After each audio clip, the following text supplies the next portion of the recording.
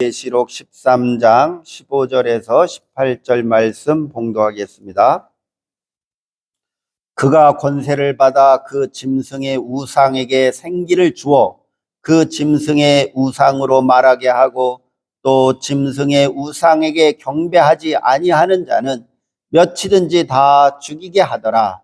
그가 모든 자 곧 작은 자나 큰 자나 부자나 가난한 자나 자유인이나 종들에게 그 오른손에나 이마에 표를 받게 하고 누구든지 이 표를 가진 자 외에는 매매를 못하게 하니 이 표는 곧 짐승의 이름이나 그 이름의 수라. 지혜가 여기 있으니 총명한 자는 그 짐승의 수를 세어보라. 그것은 사람의 수니 그의 수는 666이니라. 아멘.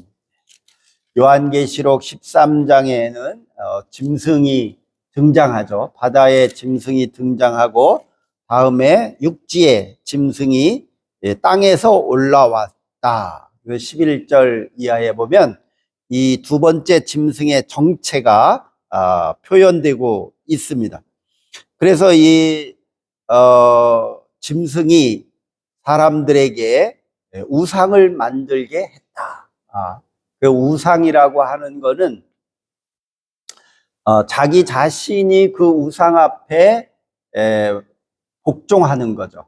그리고 자기의 절대 가치와 기준이 그 우상 앞에서는 연약하고 보잘것없는 것으로 인정하는 것입니다. 때문에 우상은 나의 모든 것을 통제하고 지배하는 존재죠. 그래서 그 우상 앞에 절한다는 것은 그 존재한테 복종하는 것을 의미합니다. 그래서 하나님 외에 다른 신을 섬기지 말라고 한 십계명에 나와 있듯이 우리의 삶의 모든 가치와 그 기준을 하나님 앞에서 겸손하게 하나님을 섬기는 모습이 바로 신앙의 모습이죠. 그런데 자신의 욕망과 자신이 하고 싶은 탐욕 이런 것을 기준으로 정해서 그 우상이 나의 욕망을 채워줄 것이다 라고 헛된 믿음을 갖는 것이 바로 우상을 섬기는 모습입니다. 그래서 우상을 섬기는 자들은 헛된 꿈을 꾸는 것입니다. 인간들은 옛날부터 지금까지 이렇게 자기 욕망에 사로잡혀서 자기의 헛된 꿈을 꾸고 그것이 이루어지게 해달라고 우상 앞에 절하고 그 우상을 섬기는 어리석은 행동을 우리 인간들은 옛날이나 지금이나 계속 하죠. 계속 합니다. 그래서 이 요한계시록이 쓰여진 초대교회에서도 그 우상은 로마 황제를 상징합니다. 그래서 로마 황제를 여기서는 짐승이다. 땅에서 일어난 짐승이 바로 로마의 황제인 것을 은유적으로 표현하는 거죠. 그래서 이 요한계시록은 로마의 핍박을 받는 그 시대에 쓰여졌죠. 도미티안 황제 때도 핍박을 받고 네로 황제 때도 핍박을 받았는데 이 핍박을 받는 그 현실 속에서 그들이 믿음의 삶을 어떻게 살아야 할지를 쓴 편지이기 때문에 이렇게 은유적인 표현이 많이 나옵니다. 요한계시록. 근데 이제 이 은유적인 표현을 그 시대적 배경에서 해석을 해야 되는데 그 시대적 배경에서 해석을 안 하고 이거는 앞으로 미래에 일어날 일이다. 그렇게 해석을 중세시대 때 캐톨릭 쪽에서 많이 했습니다. 그래야만이 앞으로 이렇게 될 거니까 그리스도인들은 경각심을 가지고 그렇게 되지 아니하도록 거기에 복종하지 아니하도록 유의해야 된다. 조심해야 된다. 이런 식으로 신부들이 설교를 많이 했죠.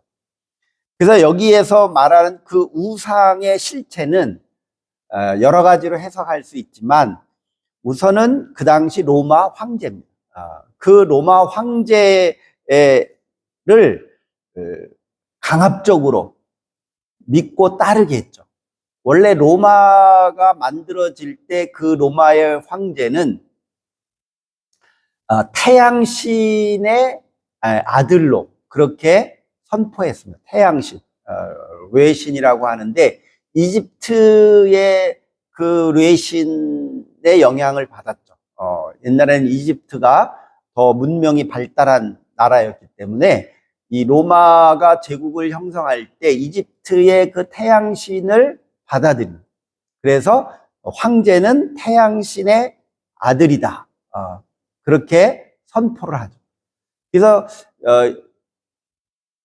우리가 예수가 탄생한 12월 25일이 바로 태양신이 지구에 재림한 날이에요. 그날이 12월 25일. 그래서 썬데이로 이렇게 했는데 이제 기독교가 로마에서 국교화가 되면서 그럼 예수의 탄생일을 언제로 정할까 하고 궁리하다가 태양신이 이 땅에 태어난 날이 12월 25일이니까 그날을 예수님의 생일로 정하자. 교회에서 그렇게 합의를 본 거예요. 그래서 이미 로마의 기독교가 국교가 되기 이전에 이미 로마에서는 12월 25일을 아주 축제의 날로 그렇게 보내고 있었어요. 그날은 아무 일도 안 하고 축제일로 보내고 있었는데 이왕이 이렇게 다 축제일로 보내는 그런 신이 재림한 날이니까 이거를 예수님 생일로 정하자. 그렇게 해서 성탄절이 12월 25일이 결정된 거예요. 그래서 이제 동방정교회에서는 예수님이 유월절이나 이 복음서에 보면 예수님의 탄생한 시기가 12월이 아니라 춘3월, 3월과 4월 그 중간일 가능성이 높다. 그래서 지금도 동방정교회는 성탄절을 3월인가 지내요. 그러니까 틀려요. 동방정교회랑 이 캐톨릭이나 개신교랑 성탄절이 달라요. 이처럼 이 로마의 황제는 태양신의 아들이에요. 그래서 이 황제를 믿지 않고 황제의 명령에 복종하지 아니하는 자들은 법으로 감옥에 가두게 돼 있어요. 그래서 황제의 말은 신의 명령이기 때문에 그 신의 명령을 거부하는 자들은 체포해서 가두는 거예요. 그래서 이러한 그 막강한 권력을 가지고 있었기 때문에 초대교회에서는 그 로마의 황제의 명령에 우리는 복종하면 안 된다는 거예요. 왜냐하면 로마의 황제는 하나님을 거스리고 하나님의 뜻을 가로막고 전쟁과 폭력을 일삼고 그렇게 잔인한 통치를 하고 있기 때문에 이 로마의 황제를 절대로 초대교회에서는 인정하면 안 된다라는 그런 인식이 점점점 강화되었죠. 왜냐하면 로마의 황제 때 이 기독교인들이 수없이 죽었죠. 살해당하고 죽었고 감옥에 투옥당하고 그랬는데 때문에 이 짐승 로마 황제에 대해서 15절에 보면 그가 그 짐승이 권세를 받았다. 그런 게 그 짐승이 권세를 받았다. 그럼 이 권세는 누가 준 거예요? 사탄이 준 거라고 보는 거죠. 그래서 그 로마의 황제가 권세를 받아서 그 짐승의 우상에게 생기를 주었다. 그래서 사탄이 그 로마의 황제에게 생기를 주어서 그 짐승의 우상으로 말하게도 하고 또 짐승의 우상에게 경배하지 아니하는 자는 몇이든지 다 죽이게 하더라. 로마 황제의 명령을 거역하면 다 죽이게 했다는 것입니다. 그가 모든 자, 곧 작은 자나 큰 자나 부자나 가난한 자나 자유인이나 종들에게 징표를 갖게 했다. 16절에 보면 오른손에나 이마에 표를 받게 했다. 그래서 옛날에 제가 젊었을 때 교회 가면 부흥사 목사님들이 그 당시 그 유럽이나 미국에서 처음에 상품에다가 바코드 찍는 게 개발이 됐었어요. 그래서 상품을 이렇게 설명을 쭉 쓰는 게 아니라 가격이 얼마인지, 언제 이 상품이 만들어졌는지 그 막대기 표에다가 이제 해서 그거를 찍으면, 스캔을 하면 이제 화면에 나타나는 하는 기술이죠. 그 기술을 처음 개발을 70년대, 80년대도에 그때 했는데, 그때 목사님들이 계시록에 나와 있는 이 표를 받게 해서 이 표가 없으면 물건도 못 사게 하는 때가 온다. 그리고 뭐 손에나 이마에 이제 그 컴퓨터 칩을 이식을 해서 그 칩이 으로 스캔을 하면 그 사람의 모든 정보가 다 나타나기 때문에 그러한 것이 이제 과학 문명이 발달해서 할 텐데, 그게 바로 요한계시록이 예언한 말이다라고 그런 설교를 했었죠.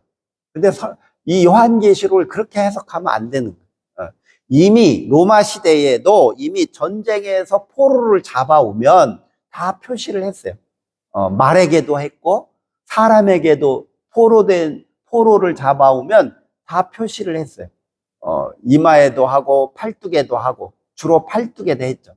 그래서 팔뚝에다가 여기는 손으로 있는데 팔뚝에 이런 데 표를 다 새겼어요. 그래서 이게 이 포로가 소유자가 누구고 어디에서 온 포로인지 표시를 해서 매매를 했죠.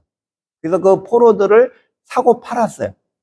그러니까 이미 그 당시에 이렇게 일이 벌어지고 있었는데, 이 기독교인들도 이제 로마가 이렇게 포로 취급을 하는 거예요. 포로 취급을 해서 이 기독교인들도 팔아먹으려고 하는 그런 정책을 쓰려고 했다고 볼 수 있어요. 그래서 이 초대교회는 우리는 황제의 그런 소속의 표를 받아서는 안 된다는 거예요. 그 표를 받는 자는 황제의 소유물이 되기 때문에 그 표를 받는 자들은 하나님의 소속으로 인정할 수 없게 된다. 그러니까 신앙생활 할 수 없게 되는 거죠.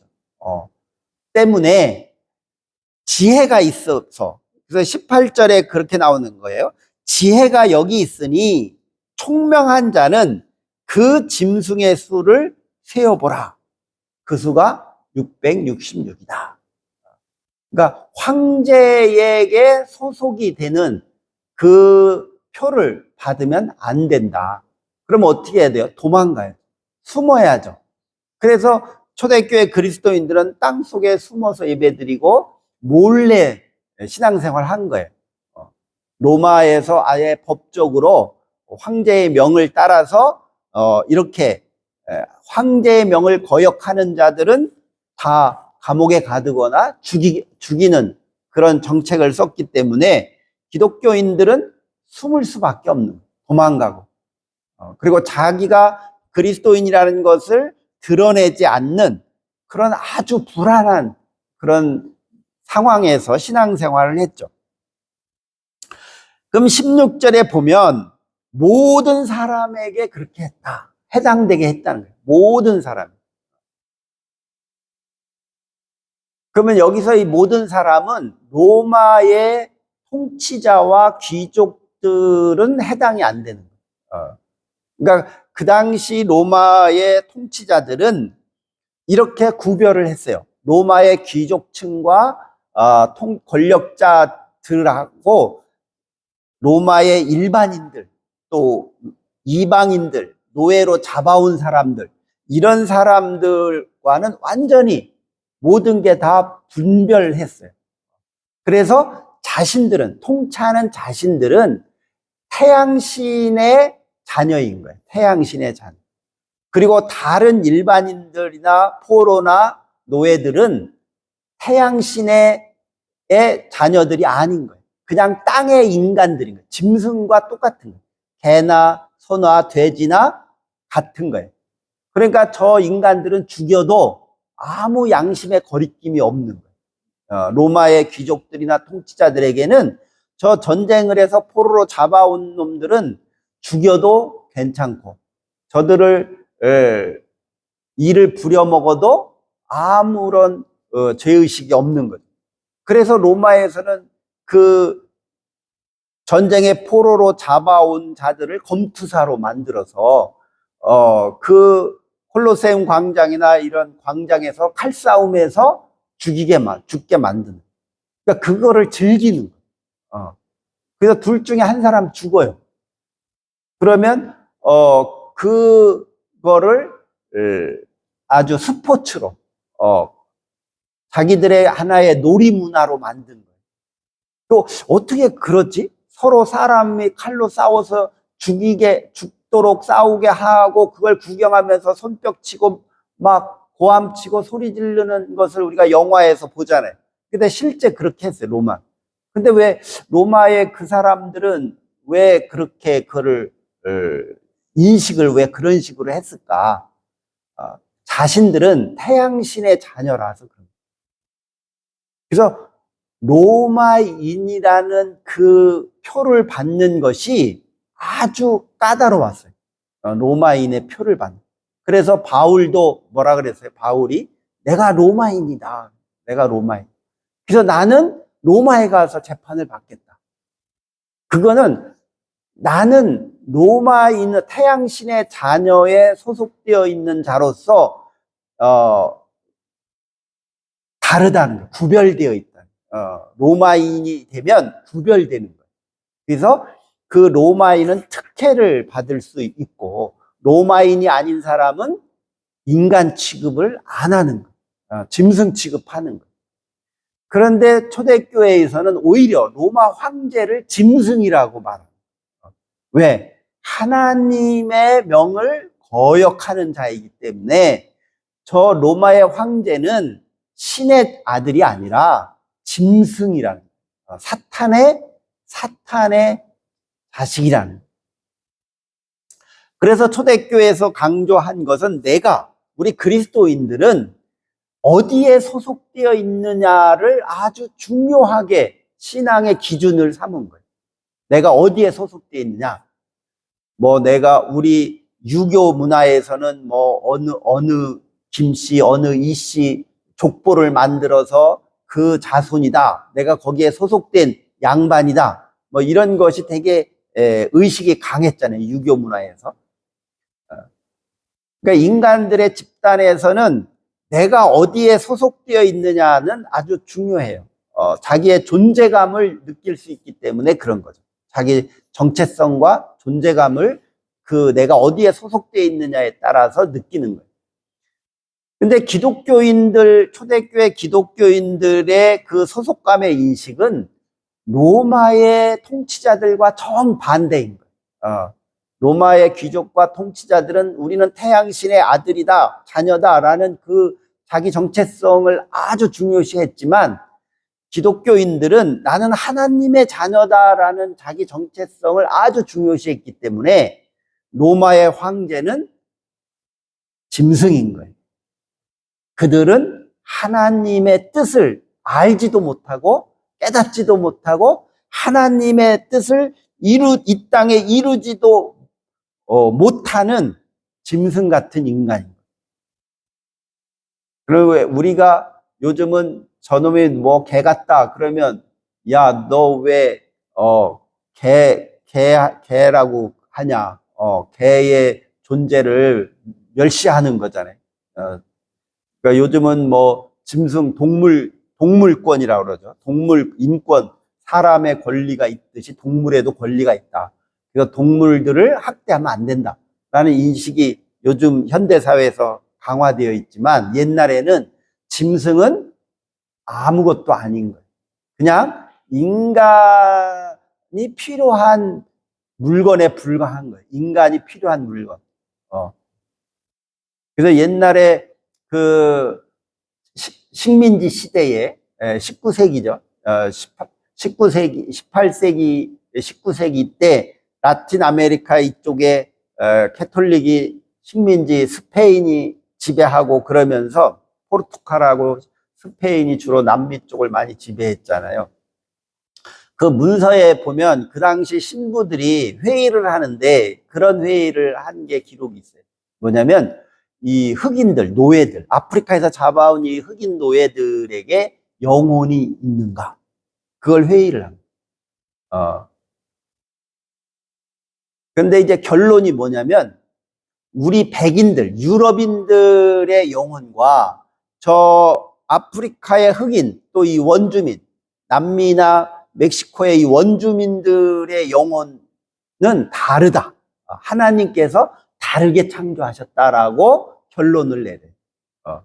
그래서 천국도 백인, 유럽인, 백인들이 가는 천국이 있고 흑인들이 가는 천국이 따로 있다. 그렇게 결론을 내요.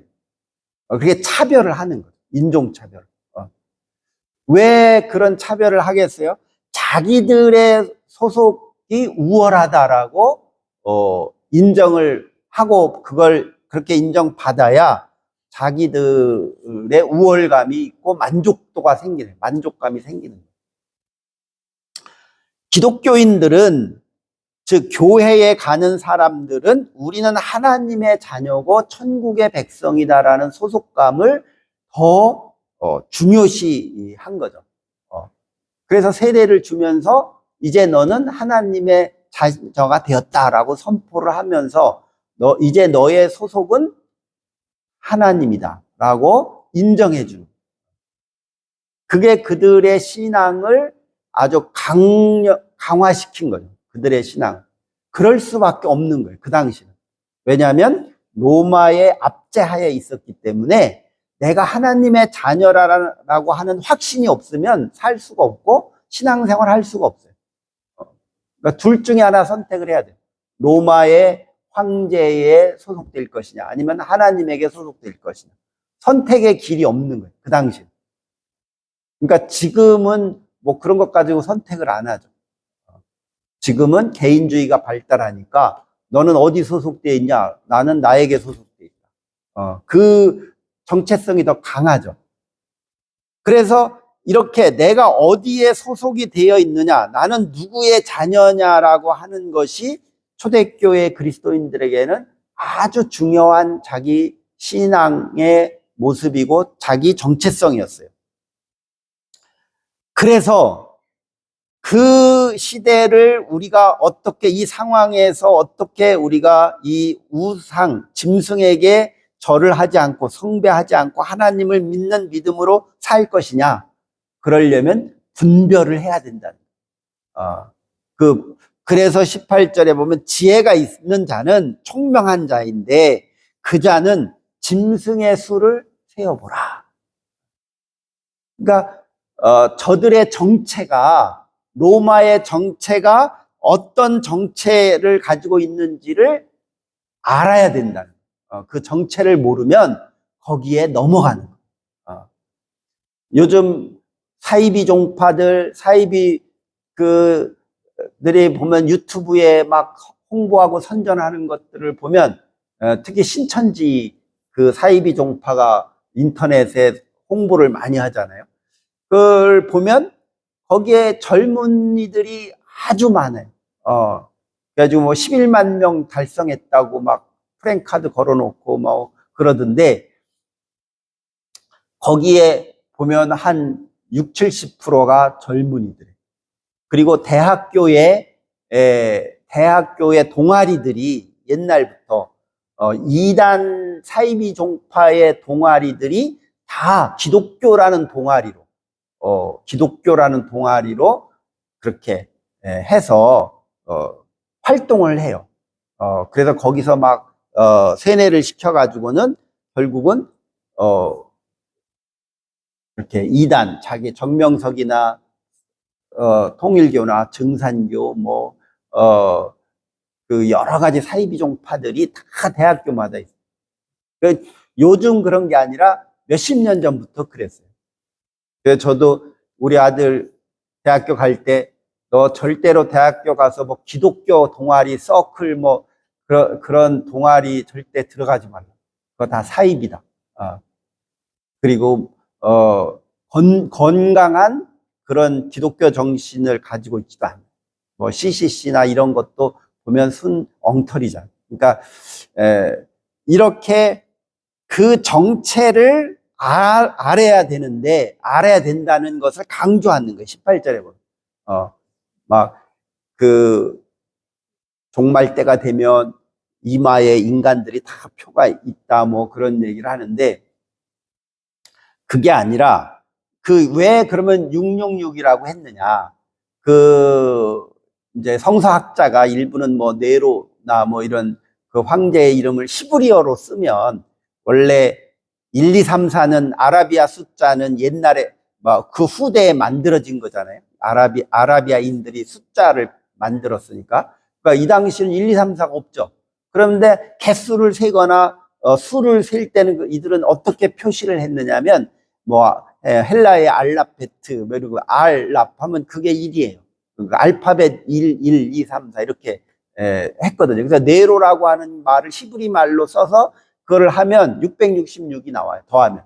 그래서 네로 황제를 상징한 거 아니냐 그렇게도 해석하는데 명확한 해석은 없지만 제가 볼 때는 원래 6이라는 숫자는 인간이 만들어진 때가 6일째잖아요. 그리고 7이 완전수니까. 그래서 7이라는 수는 신의 수예요. 완전수예요.